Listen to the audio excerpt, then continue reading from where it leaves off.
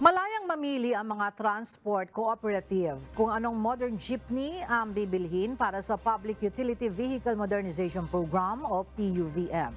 Ayon kay Land Transportation Franchising and Regulatory Board Chairman Teofilo Guadis III, ang mga kooperatiba ang masusunod kung anong modern jeepney ang bibilhin at hindi ang pamahalaan.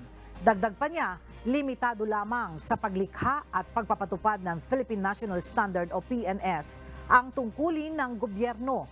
Ang PNS ang nagdidikta sa mga feature at specifications na dapat sundin ng mga manufacturer bago maaprobahang ibenta ang mga ito bilang mga modernong jeepney.